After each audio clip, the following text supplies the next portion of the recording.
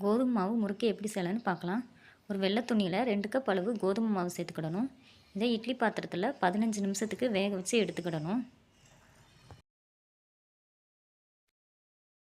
Mixie ஜாரில் 1/2 cup பொட்டுக்கடலை சேர்த்து இது நல்லா அரைச்சி எடுத்துக்கிடணும். இப்போ கோதுமை மாவு நல்லா வெந்துருச்சு. இது கட்டி கட்டியாக இருக்கிறனால மிக்ஸி ஜாரில் சேர்த்து நல்லா அரைச்சி எடுத்துக்கிடலாம். இதை வேறு பாத்திரத்துக்கு மாற்றி வச்சுக்கிடணும். இதோட அரைச்சி வச்சுருக்கிற பொட்டுக்கடலை பவுடரையும் சேர்த்துக்கிடணும்.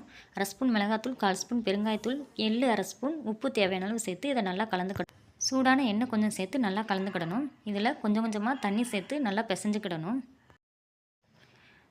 3 ஹோல் உள்ள அச்சு எடுத்திருக்கேன். முறுக்கு குழாயில் இந்த மாவை கொஞ்சமாக போட்டுக்கணும். கரண்டியில் எண்ணெய் தடவிட்டு இதில் புளிஞ்சு விட்டுக்கிடணும்.